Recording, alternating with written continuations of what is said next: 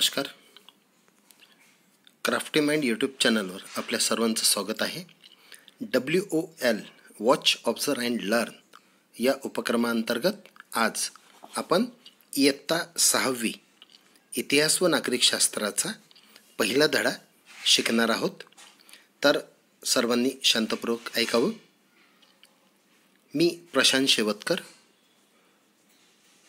या पाठामध्ये आपल्या सर्वांचं स्वागत करतो. पाठ पहिला, इतिहास, भारतीय उपखंड आणि इतिहास. भारतीय उपखंड आणि इतिहास यांचा अभ्यास करीत असताना आपल्याला महत्त्वाच्या 3 बाबीकडे लक्ष द्यावं लागेल. पहिली बाब आहे इतिहासाची घडण आणि भौगोलिक वैशिष्ट्ये काय असतील. त्याचबरोबर दुसरा जो भाग आहे तो भाग आहे भारताची भौगोलिक वैशिष्ट्ये. आणि तिसरा जो भाग आहे तो आहे भारतीय उपखंड. या 3 बाबीचा आपल्याला अभ्यास करावा लागेल. इतिहासाची घडण आणि भौगोलिक वैशिष्ट्ये, भारताची भौगोलिक वैशिष्ट्ये आणि भारतीय उपखंड या 3 बाबीचा अभ्यास आपण भारतीय उपखंड आणि इतिहास या धड्याचा अभ्यास करीत असताना अभ्यासणार आहोत. सर्वप्रथम पहिला जो भाग आहे इतिहासाची घडण आणि भौगोलिक वैशिष्ट्ये हा भाग आपण अभ्यासणार आहोत. इयत्ता 5वीमध्ये आपण बऱ्याचशा बाबी शिकलो. त्यामध्ये मानव, त्याच्या भोवतालचा परिसर आणि परस्पराशी एकमेकांशी असलेले परिसर आणि मानवाचे संबंध, ह्या सर्व बाबीचा संबंध आपण इयत्ता 5वीमध्ये अनुभवला.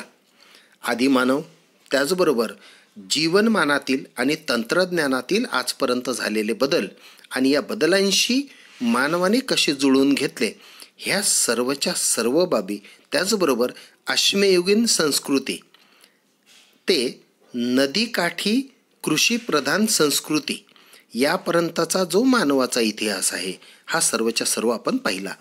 आपण पाहतो जुन्या काळी मानव हा जंगलात इकडे तिकडे फिरत राहायचा. तो वस्ती करत नसे, परंतु नंतर तो नदीकाठी राहायला लागला, नदीकाठी शेती करायला लागला आणि त्याचबरोबर त्यांनी पशुपालन वगैरे व्यवसायसुद्धा सुरू केलेले होते. त्यामुळं एक स्थिर जीवन जगण्यास मानवाने सुरुवात केली होती. हे सर्व आपण इयत्ता 5वीमध्ये अनुभवलेले आहे. इतिहास म्हणजे काय, या सर्व बाबीचा विचार करता इतिहास म्हणजे मानवी संस्कृतीच्या प्रवासात घडलेल्या सर्व प्रकारच्या भूतकालीन घटनांची सुसंगत मांडणी. आतापर्यंत ज्या ज्या गोष्टी घडत गेलेल्या आहेत त्या सर्व घटना यांची सुसंगत केलेली मांडणी म्हणजे इतिहास. इतिहास म्हटलं की इतिहासाचा संबंध 4 प्रमुख आधारस्तंभांशी येतो. आणि हे 4 प्रमुख आधारस्तंभ काय, तर स्थळ, काल, व्यक्ती आणि समाज. स्थळ काय असेल, कुठल्या कालावधीत ते घडलं आणि कुठल्या व्यक्तीशी संबंधित, आणि समाज म्हणजे आपण सर्व लोक. हे 4 प्रमुख आधारस्तंभ आहेत इतिहासाचे. या 4 घटकांशिवाय इतिहास मात्र लिहिला जाऊ शकत नाही. ह्या 4 बाबी त्यासाठी अत्यंत गरजेच्या आहेत. त्यापैकी स्थळ हा जो भाग आहे हा भूगोलाशी निगडीत आहे.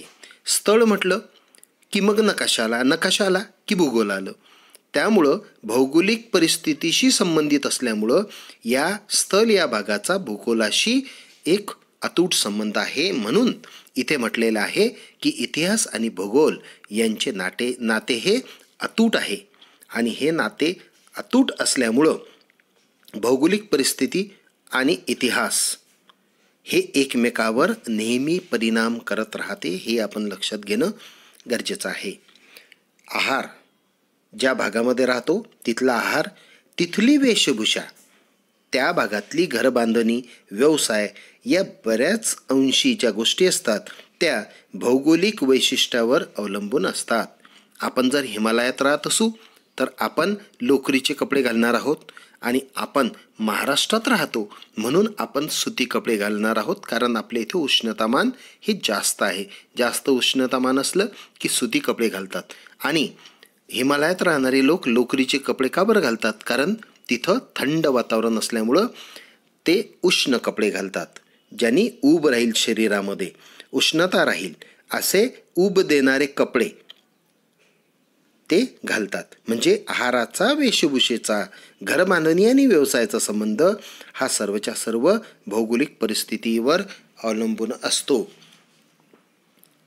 समाज जीवन जे आहे हे या सर्व परिस्थितीवर अवलंबून असते. डोंगराळ प्रदेशामध्ये जे लोक राहतात आणि मैदानी प्रदेशामध्ये जे लोक राहतात यांच्यामध्ये साम्य असू शकत नाही. कारण मैदानी प्रदेशात राहणाऱ्या लोकांपेक्षा डोंगराळ भागात राहणाऱ्या लोकांचे जीवन हे कष्टाचे असते. कारण ते राहतात खूप वरच्या बाजूला. त्यांना एखादी वस्तू घ्यायची असते तेव्हा यावं लागते खाली किंवा वर. म्हणजे खाली उतरणे आणि वर चढणे यासाठी भरपूर कष्ट लागतात. त्या व्यतिरिक्त आपल्याकडे जशी जमीन असते तशी सुपीक जमीन डोंगराळ प्रदेशात नसते, ती कमी असते. आपण मैदानी प्रदेशामध्ये राहतो म्हणून आपण बाहेर गेलो की आपल्याला लांबपर्यंत शेतं दिसतात. परंतु डोंगराळ भागामध्ये असं असत नाही. डोंगराळ भागामध्ये जिथे जागा मिळेल तिथं पायऱ्याची किंवा टप्प्याटप्प्याची शेती असते आणि त्यावर ते लोक शेती करतात. म्हणजे सर्वच बाबी ज्या आहे ह्या भिन्न असतात. तेथे शेतजमीन डोंगराळ भागामध्ये कमी आणि मैदानी भागामध्ये भरपूर प्रमाणात असते. डोंगराळ भागातल्या प्रदेशामध्ये राहणारे लोक तृणधान्य, भाज्या त्यांच्यासाठी कमी प्रमाणात उपलब्ध असतात. त्या तुलनेत आपल्या मैदानी प्रदेशातील लोकांना ह्या गोष्टीची उपलब्धता ही जास्त असते. डोंगराळ प्रदेशात राहणाऱ्या लोकांना अन्नासाठी शिकार किंवा जंगलातून गोळा केलेल्या पदार्थावर अवलंबून राहावं लागते. आणि डोंगराळ प्रदेशात राहणाऱ्या आणि मैदानी प्रदेशात राहणाऱ्या लोकांच्या जीवनपद्धतीमध्ये बऱ्याचशा गोष्टींमध्ये फरक आपल्याला दिसून येतो. कारण जर आपलं जीवन जर पाहिलं तर आपल्याकडे खूप मोठी शेती, त्या अनुषंगानं आपण त्यावर पेरणी वगैरे हा भाग चालतो. परंतु अशा प्रकारचं त्यांचं नसते. कारण त्यांची छोटी छोटी जमीन म्हणजे कमी भागातली त्यांची जमीन असते. त्यामुळं त्यांचे पीकसुद्धा आपल्यापेक्षा वेगळे आढळून येतात.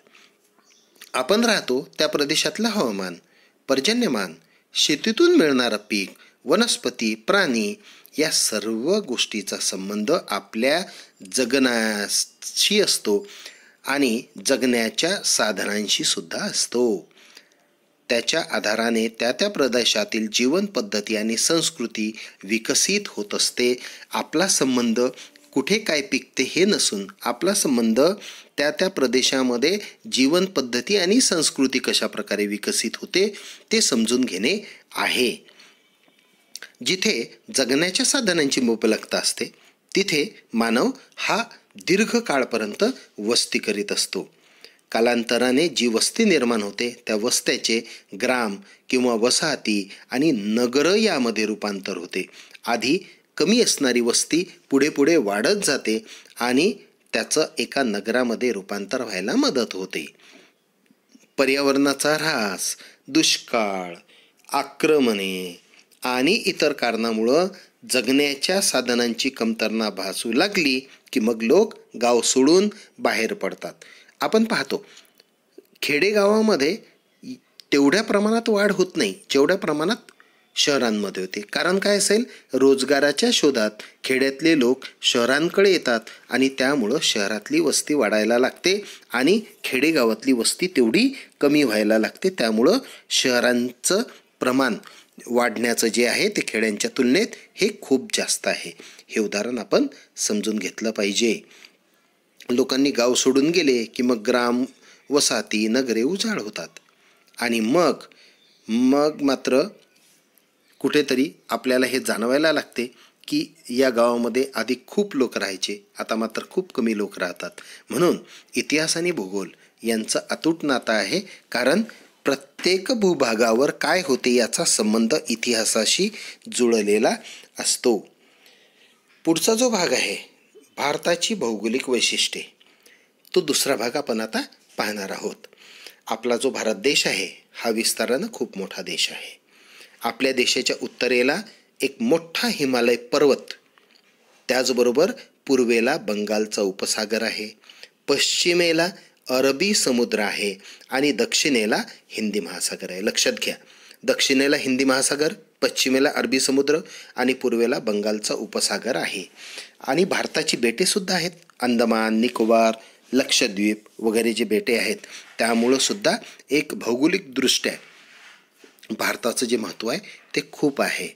प्राचीन भारताचा इतिहास शिकत असताना आपल्याला हा सर्वच्या सर्व भूप्रदेश लक्षात घ्यावा लागेल आणि त्यालाच आपण प्राचीन भारत असा उल्लेख करणार आहोत. आता प्राचीन भारत म्हटलं की आजचा जो पाकिस्तान आहे तो पूर्वी भारतामध्ये होता. आजचा जो बांगलादेश आहे हा सुद्धा 1947ला भारताला स्वतंत्र मिळण्यापूर्वी पाकिस्तान आणि बांगलादेश हे भारताचेच भाग होते. जेव्हा भारताला स्वतंत्र मिळालं तेव्हा पाकिस्तान वेगळा झाला, पूर्व पाकिस्तान, पश्चिम पाकिस्तान. त्यानंतर मग बांगलादेशसुद्धा स्वतंत्र झाला. आता भारताच्या इतिहासाच्या जडणघडणीचा विचार केला असता आपल्याला काही महत्त्वाच्या बाबीवर लक्ष केंद्रित करावं लागेल. हे 6 भूप्रदेश जे आहेत हे भारताच्या इतिहासाच्या जडणघडणीमध्ये खूप महत्त्वाचे आहेत.